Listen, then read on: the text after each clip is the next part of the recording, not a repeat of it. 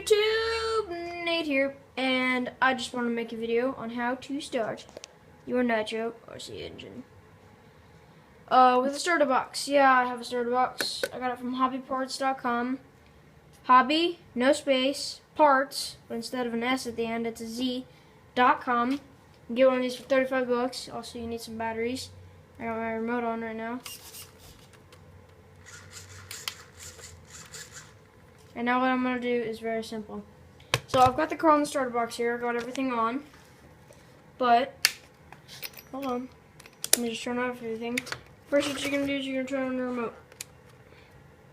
That turns on. Doop, doop, doop. And you're going to turn on your car. Super simple. Test it. Right is right, left is left. Forward is acceleration. And then you have brakes. Okay? Now that everything's working, you're going to need a glow plug igniter. Like this one.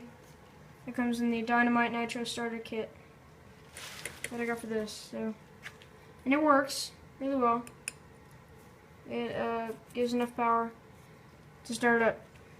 As long as this has enough charge in it to fire the glow plug,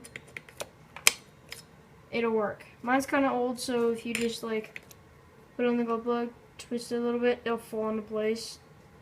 And then if you twist it around a little bit, it'll hold itself. But what you're going to do is you're going to first put your glow igniter to the side, put your finger over the exhaust, make sure your starter box is on, put your finger over the exhaust, press down on everything and make sure it turns over the engine until you see fuel going into the carburetor.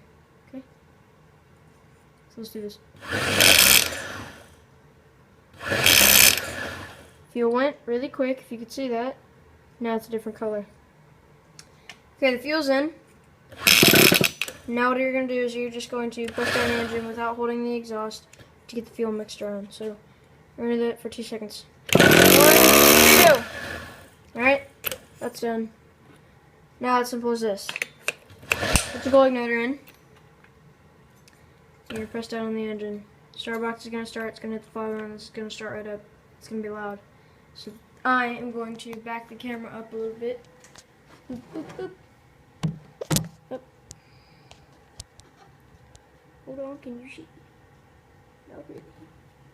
Adjusting. Sorry guys, I really didn't come prepared.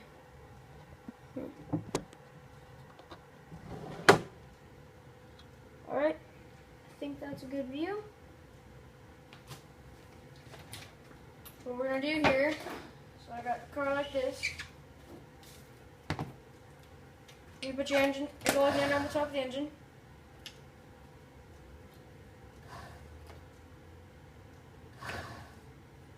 And then you're going to give it no throttle, see?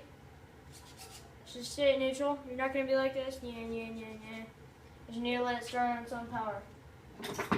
If it doesn't start, or if it starts and then it's like, and it sounds really, really low, and then it cuts out, or just stays running, and then it cuts out later on. But if it just sounds really low, increase your idle a little bit, or lean out your low end a tiny bit. If you're braking in the engine, increase the idle. If you're just running, and when you do run, the low end's a little bit rich, do the low end and a little bit of the low speed. I mean, not the low speed, the idle speed. So, put your igniter in, you're going to push down the engine. I like to do the engine. The rubber starter wheel inside the starter box, is going to bump up against the flywheel to start it. So, just like this. Well, we had it there. Let's get it going. There we go! Aw. See? It didn't start. I know the problem. I'm going to increase the idle a little bit. Not much at all. Just about like that. And by the way, I only turned it about 1/4 of a turn to 1/8 of a turn, so I didn't do it that much. Try this again. There we go! Aw. Oh well. One more time.